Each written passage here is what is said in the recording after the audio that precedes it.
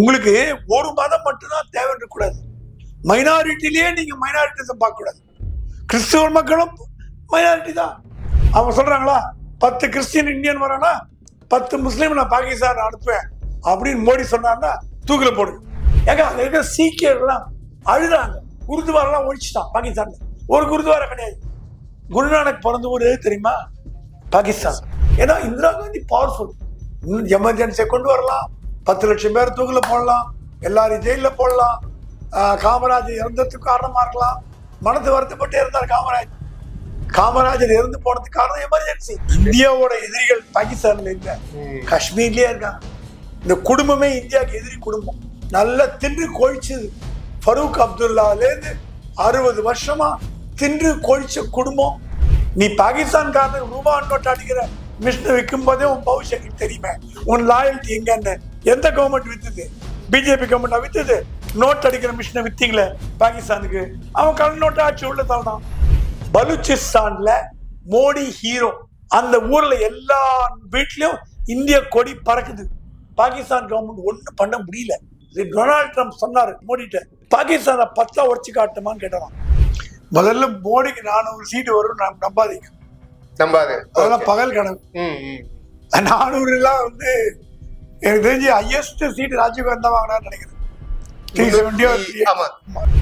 இந்துக்கள், கிறிஸ்தவர்கள், பௌத்தர்கள், ஜெயினர்கள் கொலை செய்யப்படுறாங்க.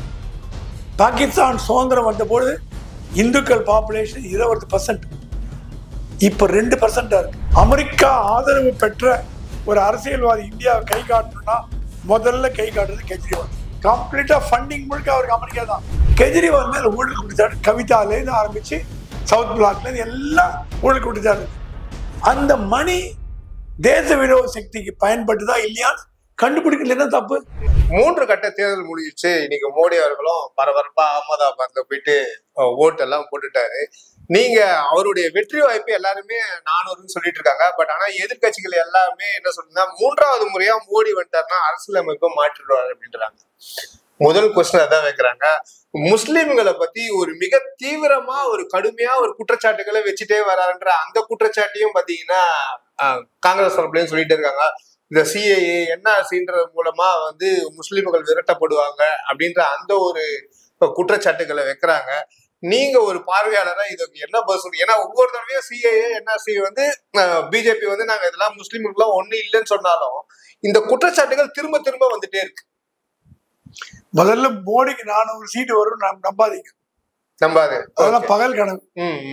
400 எல்லாம் வந்து எனக்கு தெரிஞ்சு ஹையஸ்ட் சீட் ராஜீவ்காந்தி தான் வாங்கினான்னு நினைக்கிறேன்.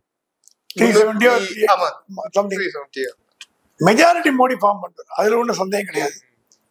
ஆனா நீங்க எவ்வளவு சார் கணிக்கிறீங்க? நான் ஜோசியக்காரன் இல்ல. சரி. ஆனா வர தகவல்கள்ல மெஜாரிட்டி வரும். 275 மேல போனா மெஜாரிட்டி வந்துடும். அது மேல 1 வந்தா 2 வந்தா மெஜாரிட்டி 300 வரும் நினைக்கிறீங்களா சார்? 300 குறைச்சலாம் வரலாம், 300 வரலாம். இப்ப நான் என்ன சொல்றேன், முதல்ல நீங்க கொடுத்த ஆர்குமெண்ட்டுக்கு வரேன். காஷ்மீரில் திருப்பி 370 கொண்டு வருவோம். இதனால முஸ்லீம்களுக்கு என்ன லாபம்? 370 என்ன பண்றாங்க? காங்கிரஸ் ரொம்ப கிளவரா நெரேட்டிவ் மாத்துறாங்க. ஐயோ மக்களே, உங்களுக்கு அநீதி இழைக்கப்பட்டு விட்டது.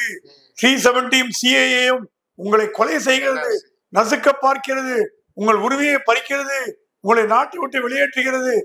இந்த டயலாக் எல்லாம் படிக்காத மக்கள்கிட்ட விட எடுபடாது. இந்த காங்கிரஸோட டயலாக் பாருங்க. முஸ்லீம்களுக்கு எதிரானது 370, முஸ்லீம்களுக்கு எதிரானது சிஏஏ. காங்கிரஸ் என்ன பண்ணிச்சு? இந்திரா காந்தி இருக்கும்போது பங்களாதேஷ்ல இருந்து 10 லட்சம் பேர் கொண்டு வந்தது பெரிய சாதனை. ஏன்னா அவன் நினைச்சா இஸ்லாமியர்கள் கோடி கணக்குல இருப்பாங்கன்றாங்க. நீங்க குற்றச்சாட்டு பிஜேபி தரப்புல இருந்து ஃபர்ஸ்ட் பேட்ச் இந்திரா காந்தி கொண்டு வந்தது. ஷேக் ஹசீனா பீரியட்லயோ முஜிபுர் ரஹ்மானுக்கு அடுத்த ஜியாவுல் ஹக் பீரியட்ல 10 லட்சம் பேர் கொண்டு வந்தாங்க. வரவழைச்சாங்க. வெத்தலை வச்சு கூட்டு வந்தாங்க. வெஸ்ட் பெங்காலோட டோபோகிராபியை மாத்திர பெருமை, அசாமோட டோபோகிராபியை மாத்திர பெருமை இந்திரா காந்திக்கு உண்டு. ஏன்னா அவங்க நினைச்சாங்க காங்கிரஸ் வாக்கு வங்கி முஸ்லீம் கிட்ட தான் இருக்கு. ஏன்னா நெஹ்ரு ஃபேமிலி இஸ்லாமிக் ஃபேமிலி தான். ஆமா, முஸ்லீம் ஃபேமிலி தான். அந்த ஃபேமிலியே இஸ்லாமியர்கள் இந்திய பேர்ல, இந்தியன் நேம்ல, இந்து பேர்ல இருக்கிற ஃபேமிலி தான். அது ஒன்றும் தப்பு கிடையாது. அது அவங்க தனி மனித சுதந்திரம். இவங்க என்ன பண்ணாங்க, 10 லட்சம் பேர் கொண்டு வந்தாங்க. கொண்டு வந்து பங்களாதேஷ் எல்லாருக்கும் Aadhaar card, ration card, voter ID எல்லாம் கொடுத்தாங்க. அசாம் கணபரிஷத்னு ஒரு கட்சி ஆரம்பிச்சாங்க. எதுக்கு ஆரம்பிச்சாங்க தெரியுமா?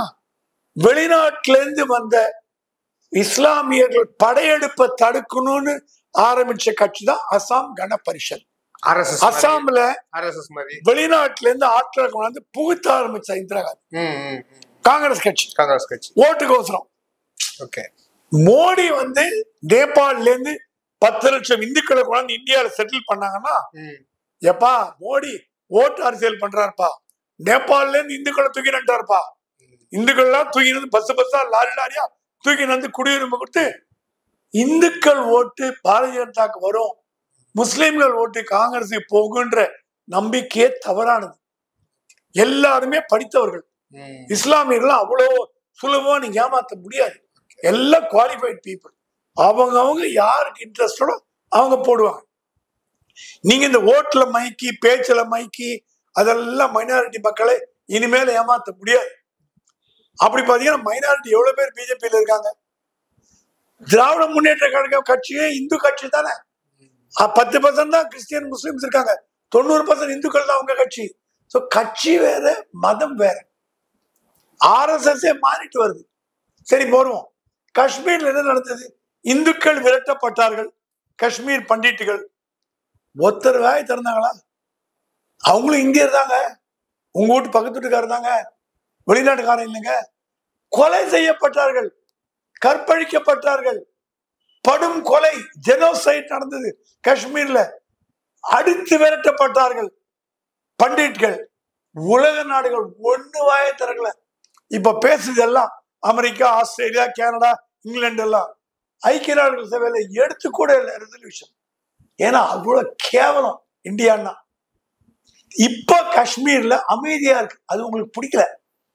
காஷ்மீர்ல வாழும் இஸ்லாமியர்கள் சௌக்கியமா பணம் சம்பாதிச்சுட்டு நிம்மதியா கொடுத்துட மாட்டாங்க. குழந்தைகள் பள்ளிக்கூடம் போறது, வேலை செய்யறாங்க. அது உங்க கண்ணை உறுத்துது. ஏன்னா உங்களுக்கு பிரச்சனை பண்ணாதான் ஓட்டு. காங்கிரஸ் என்னைக்குமே சாவுக்கு ஓட்டு, நோவுக்கு ஓட்டுமாங்க. எவனா ஒருத்தர் சாகணும் ஓட்டு வரும், எவனா ஒருத்தர் வியாதி வரணும் ஓட்டு வரணும். சாவுக்கு நோட்டு, நோவுக்கு ஓட்டு. கட்சி நல்லது பண்ண எப்படி எடுத்துக்கோ. அடுத்து சிஏஏக்கு இந்தியாவுக்கு சம்பந்தமே கிடையாது. 10,000 வாட்டி சொல்லியாச்சு. அமெரிக்கால டொனால்ட் ட்ரம்ப்னு ஒருத்தர் இருந்தார் ஜனாதிபதியா. சவுறு எழுப்புறார். சவுறு 20 அடி. மெக்சிகோல நல்லா ஓடி வரும்.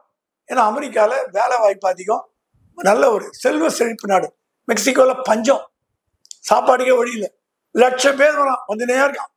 ஒபாமா கூட்டம் வந்தார், அது வேற விஷயம். இப்ப அமெரிக்கா டோபோகிராஃபி மாறி போச்சு. வெள்ளைக்காரனே அமெரிக்கால பார்க்க முடியாது. இப்போ எங்க போனாலும் கருப்பு, நம்மள இந்தியன், பாகிஸ்தான், நேபாள், பங்களாதேஷ், இவனும் அமெரிக்கால இருக்கான். அமெரிக்கால வெள்ளைக்காரன் குறைஞ்சு வரான். சவுத் ஆப்பிரிக்கால எப்படி வெள்ளைக்காரன்ல காணா போட்டாங்களோ, இன்னும் 20 வருஷத்துல அமெரிக்கால வெள்ளைக்காரன் காணா போடுவான். அதை தடுக்க தான் பண்றாங்க. இந்தியால என்ன நடக்குது? எல்லாம் வருது உள்ள.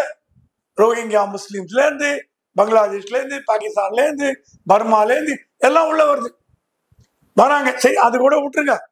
அங்க இருக்கிற சிறுபான்மையினர் இந்துக்கள், கிறிஸ்தவர்கள், பௌத்தர்கள், ஜெயினர்கள் கொலை செய்யப்படுறாங்க. பாகிஸ்தான் சுதந்திரம் வந்த பொழுது இந்துக்கள் பாப்புலேஷன் 20%, இப்ப 2% இருக்கு.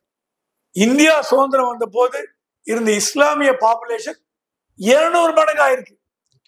இந்தியா இஸ்லாமியர்களை வஞ்சிக்கப்படுகிறதா, பாகிஸ்தான் இந்துக்களை வஞ்சிக்கப்படுகிறதா? இந்தியா இஸ்லாமியர்களை வஞ்சிக்கப்படுறதா இவ்வளவு பாப்புலேஷன் வந்திருக்காது. பக்கத்து வீட்டு ஓடி போயிடணும், இந்தோனேஷியாவுக்கு போயிடணும். நம்ம சகோதரர்களா இருக்காங்க. இன்னும் ஒற்றுமை, நம்ம ஒன்னா இருக்கோம். அதுதான் இந்தியாவோட பெரிய உலகத்துக்கு கொடுக்கும் பாடம். பாகிஸ்தான்ல இந்துக்கள் கொல்லப்படுகிறார்கள், பங்களாதேஷின் கோயில் அழிக்கப்படுகிறது. அவங்க கெஞ்சுறாங்க, எங்கள் வாழ்வை கொடுங்க. அவங்களை இந்தியாவில வந்து செட்டில் பண்றதுக்கு உங்களுக்கு என்னங்க பிரச்சனை? என்ன பிரச்சனை உங்களுக்கு? எவ்வளவு பாகிஸ்தான்ல சர்ச்சுகள் குண்டு வெடிப்பிலான தெரியுமா? இலங்கை விடுங்க, பாகிஸ்தான் விடுங்க. இலங்கையில சர்ச்சை கொலை பண்ணாங்க ஈஸ்டர் அன்னைக்கு. என்ன பண்ணிருந்தீங்க? உங்களுக்கு ஒரு மதம் மட்டும்தான் தேவைன்னு இருக்கக்கூடாது. மைனாரிட்டிலேயே நீங்க மைனாரிட்டிஸை பார்க்க கூடாது. கிறிஸ்தவ மக்களும் மைனாரிட்டி தான். சர்ச்சை கொளுத்துறான், பாகிஸ்தான்ல அடிச்சு விரட்டுறான். சைனால கிறிஸ்தவ மதமே இருக்கக்கூடாதுன்றான். கிறிஸ்தவர்கள் அடிச்சு விரட்டுறாங்க. கிறிஸ்தவ மதம் உலகத்துல தொன்மையான மதம். அமெரிக்கா முழுக்க கிறிஸ்தவ நாடு, இங்கிலாந்து முழுக்க கிறிஸ்தவ நாடு, சவுத் ஆப்பிரிக்கா முழுக்க, ஆப்பிரிக்கா முழுக்க கிறிஸ்தவ நாடு, அப்புறம் நீங்க சவுத் அமெரிக்கா முழுக்க கிறிஸ்தவ நாடு. பாகிஸ்தான்ல கொலை பண்றான் இந்திய கிறிஸ்தவர்கள். அந்த ஊர் கிறிஸ்தவர் விட்டுருங்க, அவங்க எல்லாம் கூப்பிட்டு வச்சு வாழ்வு கொடுக்குறேன்றாங்க. என்ன பிரச்சனை உங்களுக்கு? இதனால இந்திய முஸ்லீம்கள் அவங்க சொல்றாங்களா, 10 கிறிஸ்டியன் இந்தியன் வரானா 10 முஸ்லீம் நான் பாகிஸ்தான் அனுப்புவேன் அப்படின்னு மோடி சொன்னார்னா தூக்கில போடுங்க. ஓ, எங்களை வெளியில அனுப்ப பாக்குறாரு. இந்தியாவுக்கும் சிஏக்கு சம்பந்தமே கிடையாது. இது அரசியல் பண்ற வேலை. ஓட்டு வங்கினா அதுக்குன்னு இவ்வளவு கேவலமா நடக்கணும். ஜனங்க என்ன முட்டாளான்னா? சிஐயும் 370 இந்தியனுக்கு சம்பந்தமே கிடையாது விஷயம். சனாதன சம்பந்தப்பட்ட விஷயம். இந்தியா முழுக்க அது சம்பந்தம் உண்டு. இந்துக்களுக்கு எங்க இருந்தாலும் இந்துக்கள். ஆனா இஸ்லாமியர் நாட்டில் ஒரு மைனாரிட்டி கிறிஸ்தவர்கள் பாதிக்கப்பட்டால் அவர்களை இந்தியாவுக்கு வரவழைத்து குடிமை கொடுக்கறதுல உங்களுக்கு என்ன பிரச்சனை வந்தது? உங்களுக்கு அஃபெக்ட் ஆகுதா? நீங்க கொண்டு வரீங்களே பங்களாதேஷ்ல இருந்து திருட்டுத்தனமா, பர்மால இருந்து கொண்டு வரீங்களே ஓட்டு வங்கிக்கு. பாகிஸ்தான்ல இருந்து வர 100 பேர் ஓட்டு போட்டா பாஜக பாரதிய ஜனதா ஜெயிக்கணும். எப்படி 1,00,000 பேர் ஓட்டு போறாங்களா? ஏங்க அங்க இருக்கிற சீக்கியர்கள்லாம் அழுதாங்க. குருத்வாரெல்லாம் ஒழிச்சுட்டான் பாகிஸ்தான். ஒரு குருத்வாரா கிடையாது. குருநானக் பிறந்த ஊரு தெரியுமா? பாகிஸ்தான். இந்தியாவில் இருக்கிற சிவன் கோயில்ல பிரபலமான கோயில் இருக்கிற இடம் தெரியுமா? பாகிஸ்தான். நம்ம இந்து மத கலாச்சாரம் இருக்கிற இடம் தெரியுமா? பாகிஸ்தான். மொகஞ்சதாரோ, ஹரப்பா சிவிலைசேஷன். நம்ம நாட்டை பிரிச்சார அறிஞர்கள், தேசபக்தர்கள் இந்தியாவை பிரிக்கும் போது இந்துக்கள் பகுதியில பாகிஸ்தான் கொடுத்துட்டாங்க, ஹைதராபாத் இந்தியாவிட்ட கொடுத்துட்டாங்க. ஏன்னா அது அவங்களுக்கு அவங்க பிரிட்டிஷ் கைக்கூலிகள் அப்படிதான் பண்ணுவாங்க. நம்ம சண்டை போட்டு வாங்கினோமா? 10 மைல் 20 மைல் தள்ளி குருநானக் பிறந்த ஊர் இருக்குது. இந்தியன் பார்டர்ல 20-30 மைல். அதை கேட்டு வாங்க துப்பு இல்லை. நீங்களாம் இந்தியாவுக்கு சுதந்திரம் வாங்கி கொடுத்தீங்களா? சுதந்திரம். குருநானக் பிறந்த ஊரை பாகிஸ்தானுக்கு கொடுத்துட்டு என்னத்த பேச்சு பேசுறீங்க நீங்க? மத சுதந்திரம் இல்ல, பொல்லகா இல்லைன்னு. முதல்ல குருநானக் பிறந்த ஊரை வாங்கி இந்தியாவில கொடுத்துட்டு சிஏஏ பத்தியும் அப்புறம் ஆர்டிகல் 370 பத்தியும் பேசுங்க. இப்ப இந்த அரசியல் அமைப்பை மாத்திடுவாரு. அதே மாதிரி 3வது முறையா மோடி வந்துட்டா அதுக்கப்புறம் தேர்தலே இருக்காதுன்ற அந்த குற்றச்சாட்டுகள் எல்லாம் கூட பிரச்சாரத்துல வைக்கிறதெல்லாம் நம்ம பாக்கணும். இதெல்லாம் எப்படி சொல்லி எடுத்துக்கிறது? நீங்க 2/3 மெஜாரிட்டி கொடுத்தீங்கன்னா படம் பண்ணுவாரு. நீங்க போற பக்கம் பார்த்தா 2/3 மெஜாரிட்டி கொடுத்து இந்திரா காந்தி பண்ணாங்களே, என்ன பண்ணீங்க? ஒரு வேர்டு ஆட் பண்ணாங்க, செக்குலர் டெமோக்ராட்டிக். அது வரைக்கும் அந்த வார்த்தையே இருந்தது இல்லை. இந்திரா காந்தி ஆட் பண்ணாங்க. ஏன்னா இந்திரா காந்தி பவர்ஃபுல். எமர்ஜென்சியை கொண்டு வரலாம், 10 லட்சம் பேர் தூக்கில போடலாம், எல்லாரும் ஜெயில போடலாம். காமராஜ் இறந்ததுக்கு காரணமா இருக்கலாம். மனது வருத்தப்பட்டே இருந்தார் காமராஜ். ஐயோ நாடு போச்சே, நாடு போச்சே, நாடு போச்சே, நாடு போச்சேன்னு அழுதாரு. காமராஜர் இறந்து போனதுக்கு காரணம் எமர்ஜென்சி. நான் சொல்லுவேன், அப்படிப்பட்ட தலைவர்களை ஜெயில போட்டு கான்ஸ்டிடியூஷன் அமெண்ட்மெண்ட் பண்ணி யாரையோ திருப்திப்படுத்த செக்குலர்ன்ற வார்த்தையை போட்டீங்களே, அப்படியே பண்றாங்க இவங்க. ஒண்ணும் பண்ணல. காஷ்மீர்ல அமைதியா கொண்டு வந்திருக்காங்க. வெளிநாட்டுல வாழ்ற இந்தியர்களை உள்ள கொண்டு வராங்க. இதை விட மோடி என்ன இந்தியாவுக்கு எதிராக பண்ணிட்டான்னு சொல்லுங்க. நான் நாளைக்கு அவரை நாட்டை விட்டு ஆட்சி வருத்துறதுக்கு நான் சப்போர்ட் பண்றேன். இப்ப இந்தியா இப்போ காஷ்மீர் வந்து ஒரு பங்குன்னு இருக்கு. இப்போ இந்த பிஓகே அங்க ஆக்கிரமிப்பு காஷ்மீர் இருக்கு இல்லையா சார், அதை வந்து நெக்ஸ்ட் டைம் வரும்போது நாங்க வந்து எடுப்போம் அப்படின்னு பாஜக ஒரு தரப்பு சொன்னாலும், ஃபரூக் அப்துல்லா வந்து அங்க வந்து ஆட்டம் பாம்பெல்லாம் வச்சிருக்காங்க, பாகிஸ்தான் என்ன கையில வரையில இருக்குன்ற மாதிரி ஒரு பேட்டி சமீபத்துல கொடுத்திருந்தாரு. இதை நம்ம எப்படி எடுத்துக்கிறது சார்? இந்தியாவோட எதிரிகள் பாகிஸ்தான்ல இல்ல, காஷ்மீர்லயே இருக்காங்க. இந்த குடும்பமே இந்தியாவுக்கு எதிரி குடும்பம். நல்லா தின்று கொழிச்சது.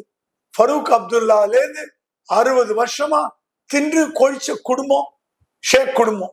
அந்த குடும்பம் பாகிஸ்தானுக்கு தான் லாயலா இருக்கும். ஒரு சசி தரூர் சொன்னார், Pakistan administrate India Kashmir, sorry Pakistan administrate Kashmir. Congress MP administrate, ஆக்கிபைன்னு சொல்லக்கூடாது, அது ஆக்கிரமிப்பு இல்லையா, அது நிர்வாகம். பாகிஸ்தான் நிர்வாகம் பண்ணுது. நாளைக்கு சொல்லிக்க இந்தியா நிர்வாகம் செய்யும், இப்ப இந்தியாவை நிர்வாகம் செய்யும் பாகிஸ்தான் சொல்லுங்க. உங்களுக்கு எல்லாம் என்ன தேசபக்தி? சுதந்திரம் வாங்கி கொடுத்தவங்க தேசபக்தி இல்ல, இருந்தாலும் இந்தியா பிரிச்சிருக்க மாட்டான், அது வேற விஷயம். தேசபக்தி காங்கிரஸ்காரனுக்கும் ரொம்ப தூரம். இப்போ எழுதுறார் சசி தரூர், பாகிஸ்தான் அட்மினிஸ்ட்ரேட் காஷ்மீர். ஏன் ஆக்கிபைட் வார்த்தை போட்டா பாகிஸ்தானுக்கு வலிக்கும், அது அவங்கள மனசு வருத்தப்பட வைக்கூடாது. அவங்களாம் இந்தியா நண்பர்கள். ஒருத்தர் சொல்றார் ராகுல் Gandhi is a great leader, he will win. நீ யாரா பாகிஸ்தான்காரன் எங்க நாட்டு அரசியல தலையிடுறதுக்கு? ராகுல் காந்தி ஜெயிச்சா தோத்தா உனக்கு என்ன? அப்ப கனெக்ஷன் தெரியுது இல்ல, உனக்கு பாகிஸ்தான் என்ன கனெக்ஷன்? நீ பாகிஸ்தான்காரனுக்கு ரூபா நோட்டு அடிக்கிற மிஷினை விற்கும் போதே உன் பவிஷ்யங்களுக்கு தெரியுமே உன் லாயல்ட்டி எங்கன்னு. எந்த கவர்மெண்ட் வித்துது? பிஜேபி கவர்மெண்டா வித்துது? நோட் அடிக்கிற மிஷினை வித்தீங்களே பாகிஸ்தானுக்கு, அவன் கல் நோட்டை ஆட்சி உள்ள தரணும். இவர் டிமாண்டேஷன் கொண்டு வந்தாரு, டிமாண்டேஷன் தப்புன்னு இவர் ஒழுங்கி பாத்தீங்க. பண்றதெல்லாம் நீங்க தப்பு, படி ஒரு இடம் பாவம் ஒரு இடம். சோ பாகிஸ்தானுக்கும் காங்கிரஸுக்கும் ரொம்ப கனெக்ஷன் இருக்குது. மணிசங்கரன் ஒருத்தர், அவர் பாகிஸ்தான் உயிர், இந்தியாவை விட நான் அதிகம் நேசிக்கும் நாடு பாகிஸ்தான் ஓப்பனா சொன்னவர் மணிசங்கரையர், உங்க காங்கிரஸ் எம்பி. பாகிஸ்தான்ல பலுச்சிஸ்தான் ஒரு பகுதி இருக்குது, அந்த பகுதி எப்படா பாகிஸ்தானை விட்டு ஓடுன்னு காத்து இருக்குது. அந்த ஊரோட ஹீரோவை மோடி தான். பலுச்சிஸ்தான்ல மோடி ஹீரோ. அந்த ஊர்ல எல்லா வீட்லயும் இந்திய கொடி பறக்குது. பாகிஸ்தான் கவர்மெண்ட் ஒண்ணும் பண்ண முடியல. தொட்டு பார்க்க தொட்டா பங்களாதேஷ் மாதிரி 10 தூளாயிடும். டொனால்ட் ட்ரம்ப் சொன்னாரு மோடிட்ட, பாகிஸ்தானை 10 உடச்சு காட்டுமான்னு கேட்டாராம். அந்த தகுதி டொனால்ட் ட்ரம்ப் கிட்ட தான் இருக்கு. ஏன்னா பாகிஸ்தான் அவங்களுக்கு எதிரி. 10 உடைக்கட்டுமா? பஞ்சாப், பாகிஸ்தான், ஆப்கானிஸ்தான், அப்புறம் சிந்து, பலுச்சிஸ்தான் இப்படின்னு உடச்சிடுவோம். ஆப்கானிஸ்தான் உடைப்போம், இந்தியாவுக்கு பெஸ்டா இருக்கும்னா மோடி பர்மிஷன் கொடுக்கல. கொடுத்ததானே உடச்சிருப்பாரு. உடச்சா நம்ம தலைவலி இருந்திருக்காது. காஷ்மீர் மக்கள், அந்த பக்கம் வாழற மக்கள், நான் ஆக்கிபைட் சொன்னா கோச்சிப்பீங்க, அட்மினிஸ்ட்ரேஷன் சொன்னா கோச்சிப்பீங்க. அந்த பக்கம் வாழற மக்கள் எப்படா இந்தியாவோட சேர போறோம்னு காத்துட்டு இருக்காங்க. அவங்க இந்தியாவில் நடக்க நல்லதெல்லாம் பார்த்துட்டு ஏங்குறாங்க. எங்க ஊர்ல எப்ப பார்த்தாலும் மிலிட்டரி ரூல். ஒரு கிலோ கோதுமை 800 ரூபா பாகிஸ்தான்.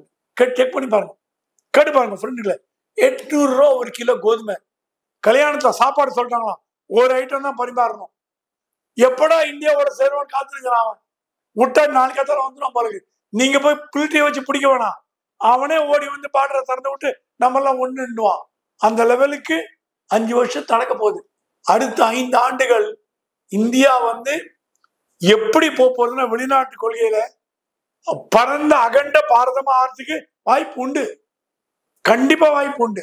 எக்ஸ்பான்ஷன் நடக்கும், அதுவங்களே சேருவாங்க.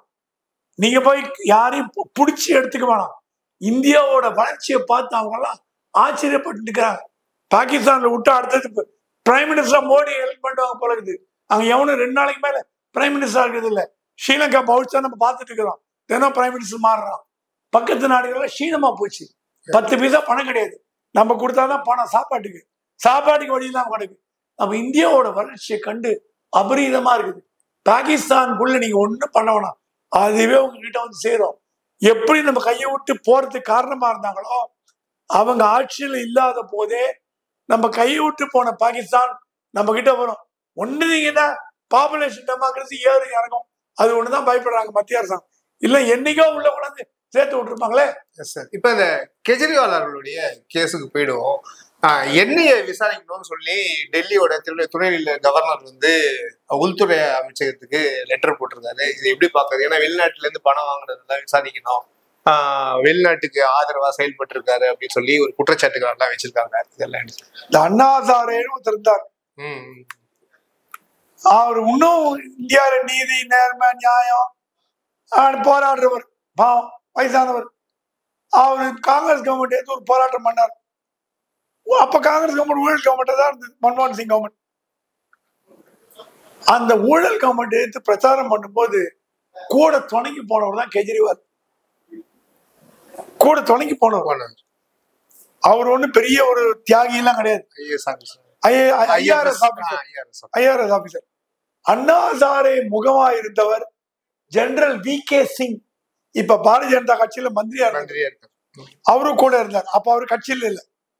இவங்க எல்லாம் சேர்ந்து குருஜி ரவிசங்கர் ஊழலுக்கு எதிராக போராட்டம் நடத்தாங்க, கட்சி சார்பு இல்லாம. அப்பவே எல்லாரும் கெஜ்ரிவால் பத்தி அண்ணாதுரை சொன்னாங்களாம், அவனை நம்பாதீங்க, அவன் அமெரிக்கா கைக்கூலின்னு. இவரு அண்ணாதுரை பாவம் அப்பாவி வெள்ளந்தி மனுஷன், யார் வேணா வாங்க யார் வேணா உட்காருங்கன்ட்டாரு. அவர் பாட்டுக்கு போயிட்டாரு, ஆசிரமத்தில் உட்காந்துக்கிறார். அந்த அண்ணாதுரை மூவ்மெண்ட்டை நல்லா பயன்படுத்தி ஆட்சிக்கு வந்தவர் கெஜ்ரிவால். ஊழலை ஒழிப்போம் ஒழிப்போம் ஒழிப்போம். டெல்லி ஜனங்களும் பார்த்தாங்க, ஷீலா தீக்ஷித் மாதிரி ஒரு ஊழல் ஒரு உலகத்திலே பார்க்க முடியாது. குத்து தொடப்பத்தை குத்து போடு எல்லாம் போடு போடு எல்லாம் போட்டாங்க. போட்டு ஊழல் இல்லை அது பண்ற எஜுகேஷன் சிஸ்டம் நல்லா பேசுவார் கெஜ்ரிவால், எல்லாம் முன்பாலும் இல்லை. பயங்கரமான ஊழல் டைரக்டர். அது இல்லாம America Ford Foundation complete support பண்றது. அமெரிக்கா ஆதரவு பெற்ற ஒரு அரசியல்வாதி இந்தியாவை கை காட்டணும்னா முதல்ல கை காட்டுறது கெஜ்ரிவால். நீ மத்த அரசியல் கூட பின்னாடி இருக்காங்கன்றது எல்லாமே கம்ப்ளீட்டா ஃபண்டிங் முழுக்க அவருக்கு அமெரிக்கா தான். அமெரிக்காவுக்கு ஒரு பக்கம் இந்தியா கை கொடுக்கும், இந்தி சீனி பாய் பாய் மாதிரி ஒரு பக்கம் முதல் கத்தியில குத்தும். அது அமெரிக்கா கொள்கை, அது எல்லா உலகத்திலும் தான் நடக்கும். ஒரு பக்கம் கை கொடுக்கும், ஒரு பக்கம் ஏங்க அப்படி பாத்தீங்கன்னா இந்தியாவை ஒழிப்பேன்னு சொல்ற காலிஸ்தான் தீவிரவாதி அமெரிக்கால இருக்கான், அவன் நாடு கடத்த வேண்டியதானே. கனடால வந்து எவனா கொலை பண்ண இந்தியா கொலை பண்ணான்றீங்க. சோ அமெரிக்காவோட ஆதரவு பெற்றவர் அரவிந்த் கெஜ்ரிவால். அதனாலதான் உலக நாடுகள் ஒரு ஆதரவு கொடுக்குது. அதே நம்ம வைகோவோ யாராவது கைது பண்ணாங்கன்னா இலங்கை அரசாங்கம் வாங்கி கொடுக்குமா? கொடுக்காது. அவங்க எல்லாம் கொடுக்குது. இப்போ அமெரிக்கா அரசாங்கம் குரல் கொடுத்தா உடனே கண்டுபிடிக்கலாம், ஆஹா லிங்க் இருக்குதுன்னு, அது வந்துடும். என்னதான் தாப்பால் போட்டு பூண்டா கூட கோழி அமைக்க வைக்க முடியாது, கத்தான் கத்தும். கெஜ்ரிவாலுக்கு அமெரிக்கா சப்போர்ட் இருக்குது. கெஜ்ரிவால் மேல ஊழல் குற்றச்சாட்டு கவிதால இருந்து ஆரம்பிச்சு சவுத் பிளாக்ல இருந்து எல்லாம் ஊழல் குற்றச்சாட்டு இருக்கு. அந்த மணி தேச விரோத சக்திக்கு பயன்பட்டுதா இல்லையான்னு கண்டுபிடிக்கல தப்பு. ஏங்க ஒரு போலீஸ்கார ரோட்ல போனா கேட்கறான், வண்டியை தரா பொட்டியை தரா டிக்கியை தரா பணம் இருக்கா பாருன்றான், நீ யாரான்னு கேட்க முடியுமா? அவன் கடமை.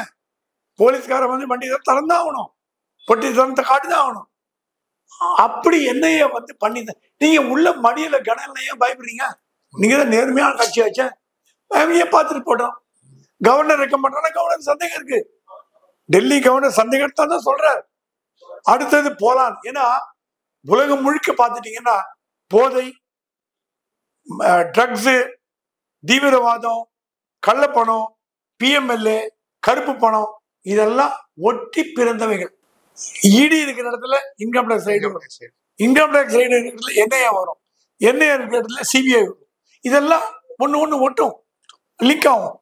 அந்த லிங்க் செக் பண்ணதான் பாக்குறாங்க. நீங்க தான் தூய்மையான ஆளச்ச என்கொயரி அட்டன் பண்ணிட்டு போங்க, ஏன் பயப்படுறீங்க? 10 வாட்டி சம்மனுக்கே நீங்க பயந்து ஓடினீங்க. என்ன என்கொயரி வந்தா வண்டவாளம் வெளில தான் வரப்போகுது. சார் இவ்வளவு நேரம் எங்களுடைய கேள்விகளுக்கு மிக பொறுமையா பதில் சொல்றதுக்கு ரொம்ப நன்றி சார். நன்றி.